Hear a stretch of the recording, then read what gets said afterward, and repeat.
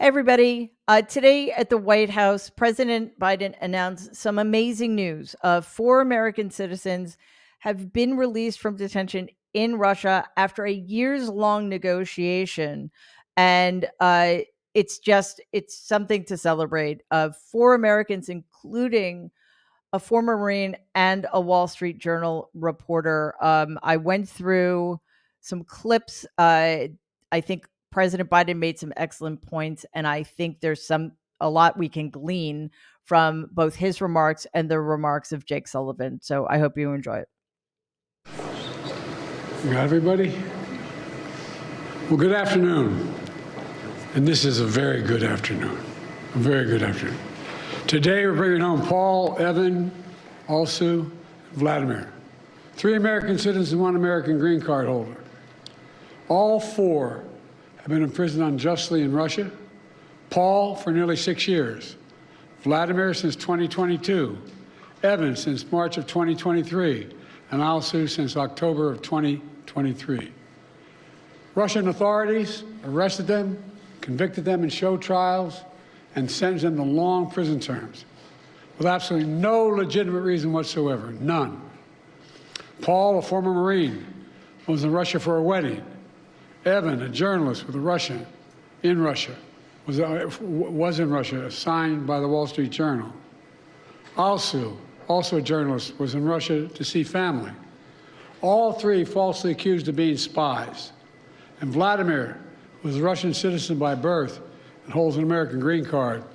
He's a Pulitzer Prize-winning journalist and was a pallbearer at my friend John McCain's funeral with me. He spoke out against Putin's regime, and for that he was convicted of treason.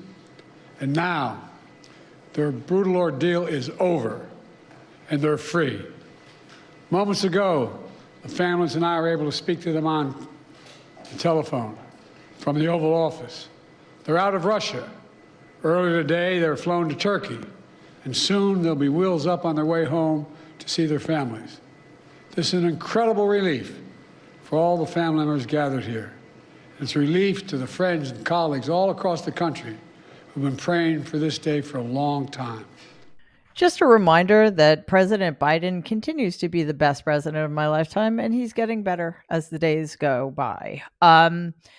This has been a long time coming. It is indeed a great day for those families, for all of the work the Biden-Harris administration did to make this happen. Despite Donald Trump's hoping that Vladimir Putin would do him a favor and keep these American citizens imprisoned longer, keep them in a Russian prison until after the election, just to make Donald look good. Also, as a reminder, there's a thing called the Logan Act, which criminalizes any negotiations between a private American citizen and a foreign government at the disadvantage of the American government. So working against the current American government for your own purposes is, according to the Logan Act, a crime. Now, obviously, Donald is familiar with these things called crimes since he commits them all of the time, but that should not mean that it's okay or that it's just, oh, well, just another one of those things he does. This is yet more despicable behavior. And that's what reporters should be reminding everybody about, because he probably made it harder for President Biden and Vice President Harris to make this happen. The other thing to keep in mind here is that some of these people who were just released were there during the Trump administration.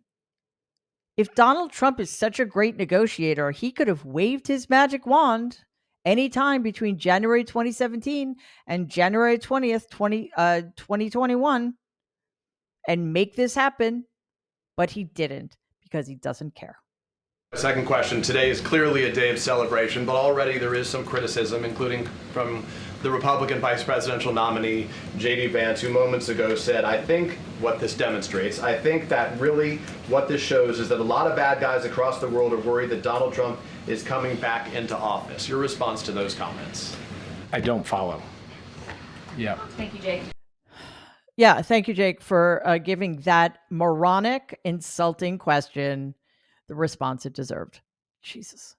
Thanks, Jake. Whose idea was it to try to go big and bring everyone home at once instead of going for a simpler one-for-one type deal, and why?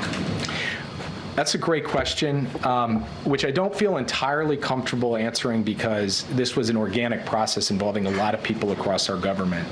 But what I will say is this. The president sat us down on a regular basis over the course of the detentions of Paul, Evan, and Alsu, and really pushed us to think about what configuration would actually work to make this happen. And it was through an iterative process of back and forth with various of the allies I mentioned, with engagements with our Russian counterparts, where we were making proposals, getting responses, that this all came together. And so I would say that if you had not had Joe Biden sitting in the Oval Office, I don't think this would have happened.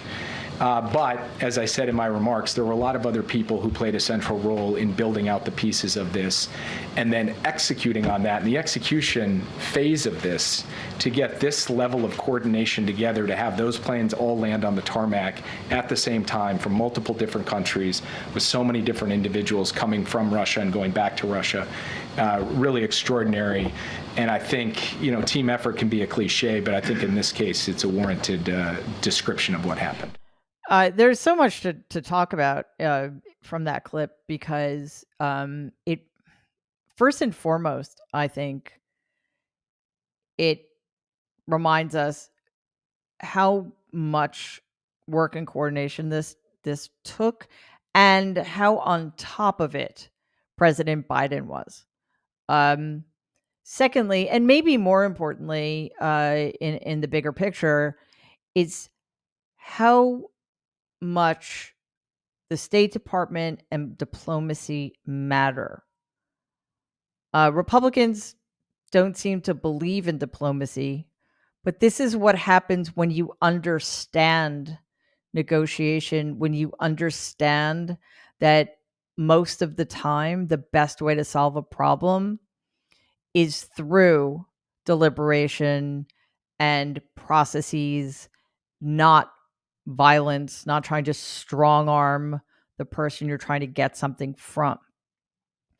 I am hard pressed to imagine this kind of sophisticated, subtle maneuvering happening in a Trump administration. I mean, first of all, let's leave aside that Donald probably doesn't know what the word iterative means. This takes consistency, dedication to the process, understanding of the process, maturity, an intellectual understanding of how best to get what you want, how to weigh what you are willing to concede in order to get what you need. So again, props, and thank you for reminding us that diplomacy is one of our greatest tools when it comes to keeping America safe and the world safe. I spent a lot of time with the families of Evan and Paul and Alsu, and most of the time, as you can imagine, those are tough conversations, but not today. Today, excuse me. Today was a very good day, and we're going to build on it. Again, we can't take for granted how important it is to have people like that in our government, people who actually genuinely care about their jobs and who understand the impact their jobs can have on other human beings. I don't want to just keep banging the point, but I just cannot imagine that level of empathy and caring happening with anybody who works in a Trump administration.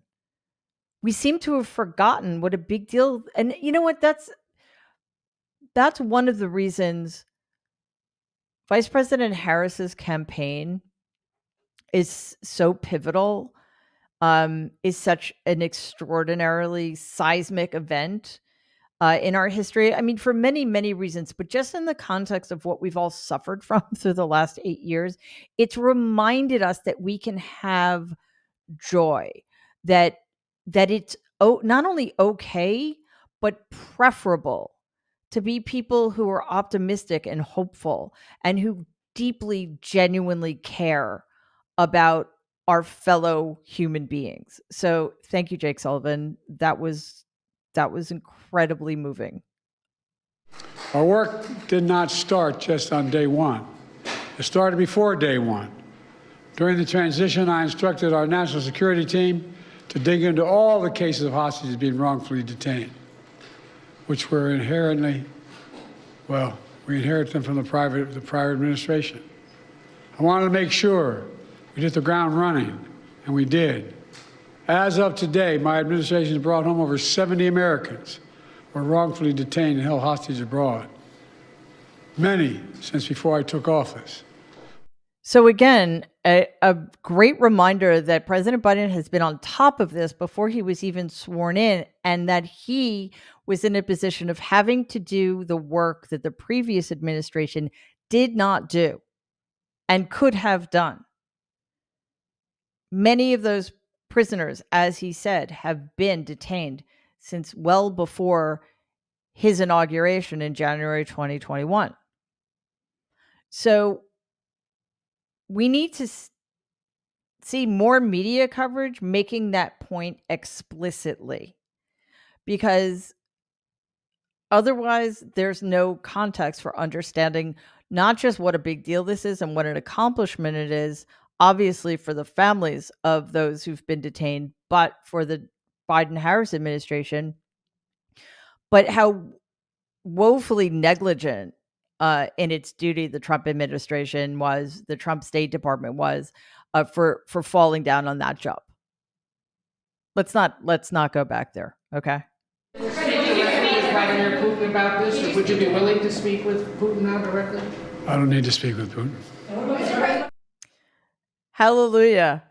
Somebody in the Oval Office who understands what a complete waste of space Vladimir Putin is and dismisses him out of hand because he's a tyrant and a bully and our enemy. President Trump has said repeatedly that he could have gotten the hostages out without giving anything in exchange. What do you say to that? What do you say to President Trump now, former president? Why didn't he do it when he was president? Sir, what is Okay.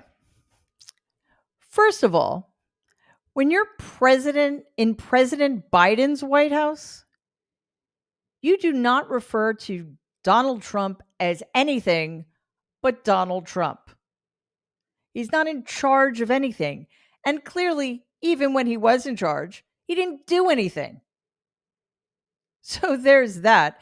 And secondly, why would President Biden respond to this insipid private citizen about anything? Oh my God. The guy just accomplished this extraordinary feat that the previous administration either couldn't accomplish or had no interest in accomplishing. Can we just focus on that, please? And then when you're out of President Biden's earshot, then you can talk about what an incompetent, unaccomplished administration Donald Trump ran. Very possibly because he was not interested in making any deals with Vladimir Putin to help American citizens, because the only American citizen Donald Trump wants to help with Putin's assistance is himself. Thanks so much for watching. As you know, we're really trying to grow this channel, and thanks to you, we are getting there. Our next goal is 75,000. It would be amazing if you haven't done it already. Please subscribe to the channel. It doesn't cost anything. It just means that you're going to be alerted whenever new videos drop, which is basically on a daily basis at this point. Also, it's very helpful if you like the episodes, and even more helpful if you share them with somebody you think might enjoy our content. So thanks again for being here and supporting us. We really appreciate it. See you soon.